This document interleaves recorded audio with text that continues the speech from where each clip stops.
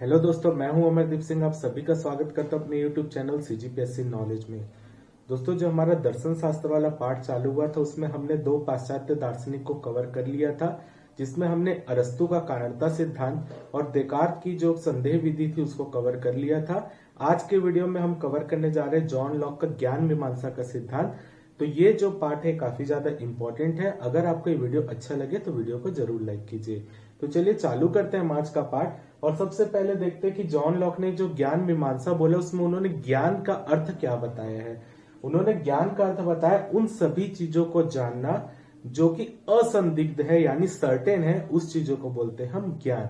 यानी कोई भी ऐसी चीज जिसके विषय में हम कोई भी शक नहीं कर सकते, यानी वो चीज असंदिग्ध है, उसको मतलब आपको मानना ही है, वो गलत हो ही नहीं सकता, उस चीज को हम बोलेंगे ज्ञान। यानी वो चीज के बारे में जानना जो कि असंदिग्ध है उसको बोलते हैं हम ज्ञान। ठीक है। अब उन्होंने अपने जो ज्ञान मीमांसा का कॉन्सेप्ट दिया उसको उन्होंने चार भागों में बांट दिया है। सबसे पहले उन्होंने ज्ञान का स्रोत बताया है, सेकंड में उन्होंने ज्ञान का स्वरूप बताया है, थर्ड में उन्होंने ज्ञान की सीमा बताई है और फोर्थ में उन्होंने ज्ञान के प्रकार बताए हैं। तो सबसे पहले हम यहाँ पर देखेंगे कि ज्ञान का स्रोत क्या है, यानी किस चीज से हमको ज्ञान प्राप्त हो सकता है या ज्ञान प्राप्त होता है। तो उन्होंने ज्ञान का स्रोत बताया अनुभव को।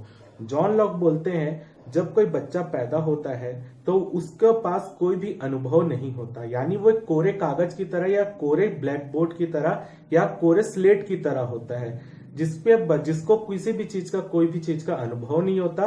तो अगर किसी चीज का अनुभव नहीं है तो उसको किसी भी चीज का ज्ञान नहीं है।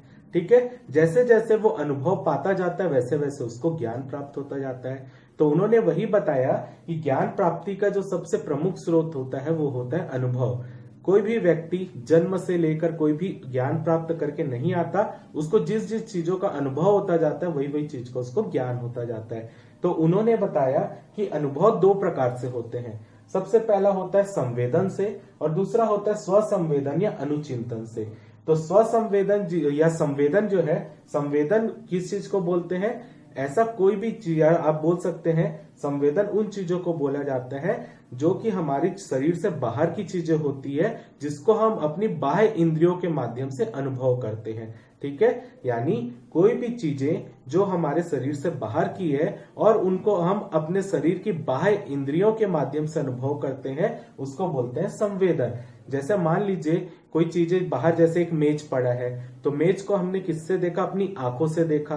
तो आंखों से देखा यानी हमारी बाह्य इंद्री आंख काम की और उससे हमने ये चीज का ज्ञान प्राप्त किया कि वो एक मेज है। ठीक है। या आप उसको बोल सकते हैं कि हम उसको स्पर्श करके भी, टच करके भी पहचान सकते हैं कि वो एक मेज है। ठीक है। तो स्पर्श करना यानी हमारी त्वचा का प्रयोग हुआ, त्वचा भी हमारी बाह्य इंद्रिया हुई।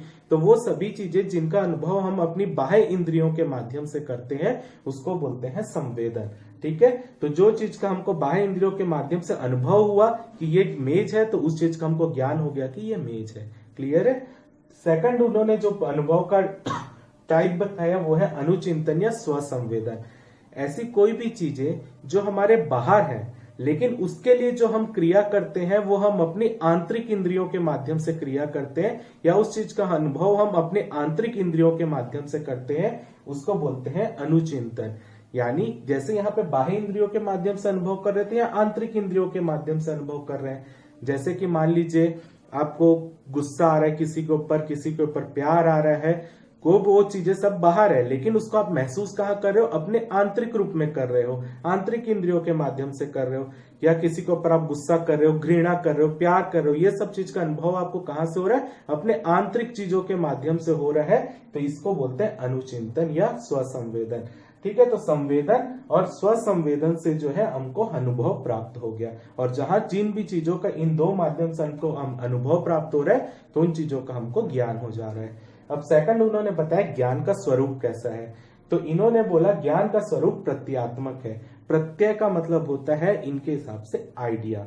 ठीक है। जो आइडियाज होते हैं वही जो है प्रत्यय है। अगर हम किसी चीज का अनुभव कर लेते हैं तो उस चीज का हमको आइडियाज, उस चीज के बारे में नए नए आइडिया हम जनरेट कर सकते हैं जिन चीजों का हमको अनुभव हो गए हैं। ठीक है, तो यहाँ पर उन्होंने बताया कि जो ज्ञान का स्वरूप होता है वो प्रत्यात्मक होता है, यानी जिन भी चीजों का हम अनुभव कर लेते हैं उन चीजों के बारे में हमारे दिमाग में नए नए आइडिया जनरेट होते हैं, नए नए प्रत्यय बनते हैं। ठीक है, तो यही जो है, इसलिए उन्होंने बोला जो ज्ञान का स्वरूप होता है वो प्रत्यात्मक होता है। अब उन्होंने बताया कि जो आइडियाज होते हैं वो दो प्रकार के होते हैं, या प्रत्यय दो प्रकार के होते हैं, एक होता है सरल प्रत्यय, एक होता है जटिल प्रत्यय। तो उन्होंने सरल प्रत्यय को उन्होंने बताया कि जिन भी चीजों के बारे में, या आप ये बोल सकते हैं ऐसी कोई भी चीजें जो कि हमको संवेदन और स्वसंवेदन से मिलकर प्राप्त होती है उसको बोलते हैं सरल प्रत्यय। यानी संवेदन और स्वसंवेदन से जो मिलकर हमको चीजें प्राप्त होती है उसको बोलते हैं सरल प्रत्यय। ठीक है, और जो सरल प्रत्यय और अलग अलग सरल प्रत्यय मिलकर जो नए प्रत्यय का निर्माण करते हैं उसको बोलते हैं जटिल प्रत्यय। इसको हम एक, या मिश्रित प्रत्यय भी बोलते हैं। इसको हम एक एग्जाम्पल से समझते हैं। जैसे कि मान लीजिए आप जो है एक फूल देख रहे हैं। ठीक है, फूल का कलर आपने देखा कि वो फूल जो है वो लाल कलर का है। तो लाल कलर आपने एक अनुभव किया अपने इंद्रिय के माध्यम से, आंखों के माध्यम से, कि उस फूल का कलर क्या है, लाल है, यानी वो हो गया आपका संवेदन हुआ। ठीक है, तो यानी पर्टिकुलर उस फूल का कलर लाल है, वो हो गया सरल प्रत्यय। फिर आपने उस फूल को जाकर छुआ और छूने से आपने देखा कि वो जो फूल है वो मुलायम या कोमल है, तो आपका त्वचा स्पर्श हुआ उसमें। ठीक है, तो उसका भी ज्ञान आपको हुआ, वो भी हुआ सरल प्रत्यय। उसी फूल की बात कर रहे हैं अभी। फिर आपने उस फूल का एक पत्ता तोड़ा और उसको खा के देखा, तो उससे आपको उसका स्वाद का भी अनुभव हुआ। तो वो भी जो आपका स्वाद का अनुभव हुआ वो किसके माध्यम से हुआ, जीभ के माध्यम से हुआ, यानी वो भी हो गया एक सरल प्रत्यय। अब हम मैं तीनों चीजों को मिला देता हूं, यानी उस फूल का कलर लाल है, दूसरी चीज उस फूल के पत्ते, जो उस फूल की जो पंखुड़ी है वो मुलायम है, और उस फूल का जो पत्ते का या उस फूल के पंखुड़ी का जो स्वाद है वो कैसा है। ये तीनों चीज यानी सरल प्रत्यय को मैंने मिला दिया, तब मेरे को पता चला कि वो फूल कौन सा है, गुलाब का फूल है। ठीक है, तो वो गुलाब का फूल क्या हो गया, जटिल प्रत्यय हो गया। लेकिन वो जटिल प्रत्यय कैसे बना, क्योंकि उसमें हमने अलग अलग सरल प्रत्ययों के बारे में जाना और उन सरल प्रत्ययों को मिलाकर उससे एक चीज, नई चीज का अनुभव हुआ, जिससे हमको पता चला वो फूल किस प्रकार का, गुलाब का फूल है। तो सरल प्रत्यय जो संवेदन और स्वसंवेदन से प्राप्त हो रहा है, और अलग अलग जो सरल प्रत्यय उसको मिला दिया जाए तो मिश्रित प्रत्यय या जटिल प्रत्यय का निर्माण हो जाता है। क्लियर है, तो ये हो गया ज्ञान का स्वरूप प्रत्यात्मक है। अगला हम देखते हैं उनका तीसरा टॉपिक जो है, या तीसरा भाग, ज्ञान की सीमा।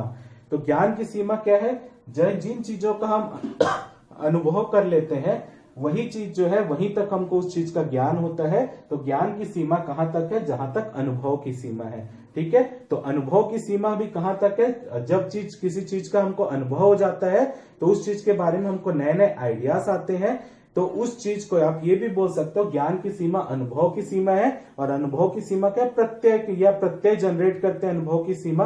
तो आप ये भी बोल सकते हैं जिन चीजों के प्रत्यय हमको पता है उन चीजों का ज्ञान हमको है।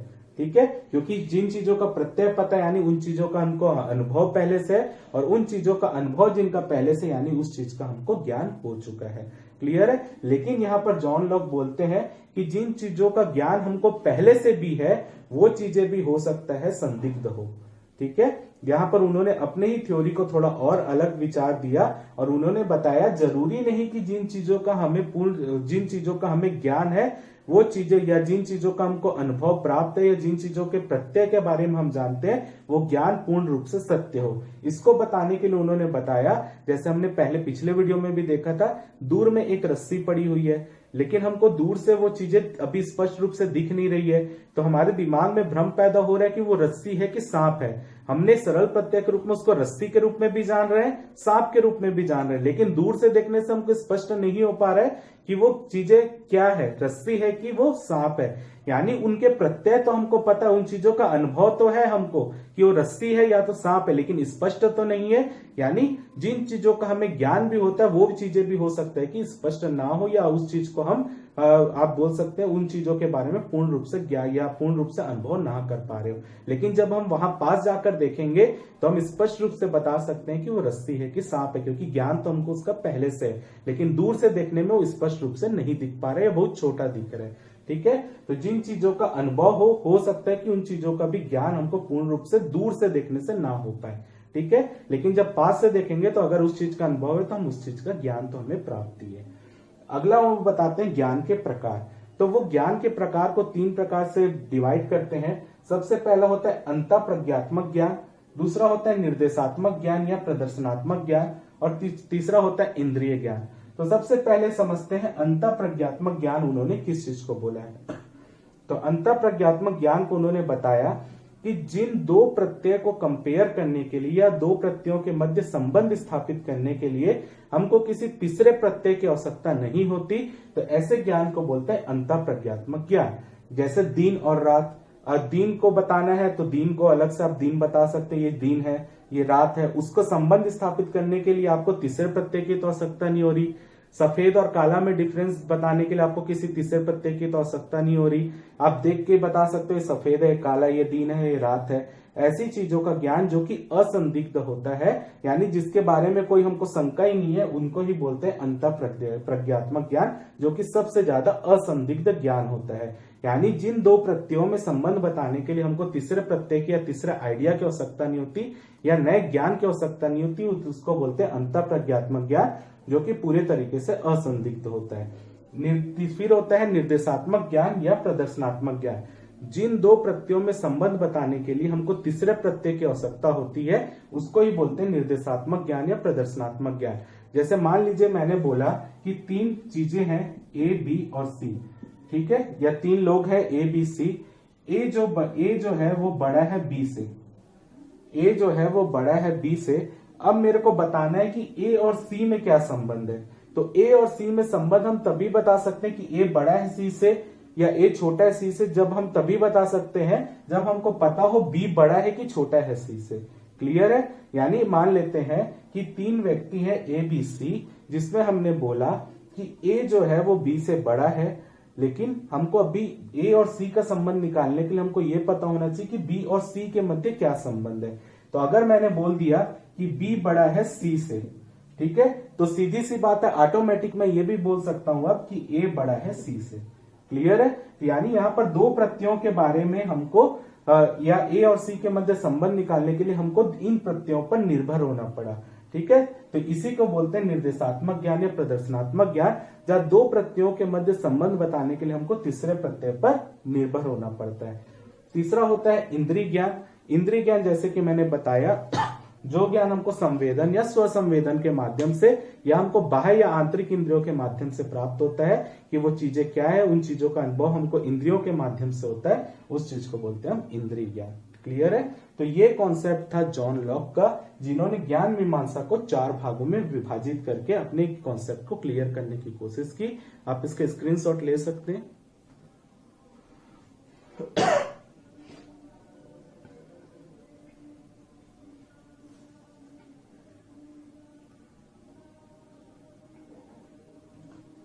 तो उम्मीद करता हूं कि आपको जॉन लॉक का ज्ञान मीमांसा जो कॉन्सेप्ट था वो समझ आया होगा। अगर आपको वीडियो अच्छा लगा हो तो वीडियो को जरूर लाइक कीजिए, चैनल को सब्सक्राइब कीजिए, ज्यादा से ज्यादा शेयर कीजिए। फिलहाल के इस वीडियो में सिर्फ इतना ही।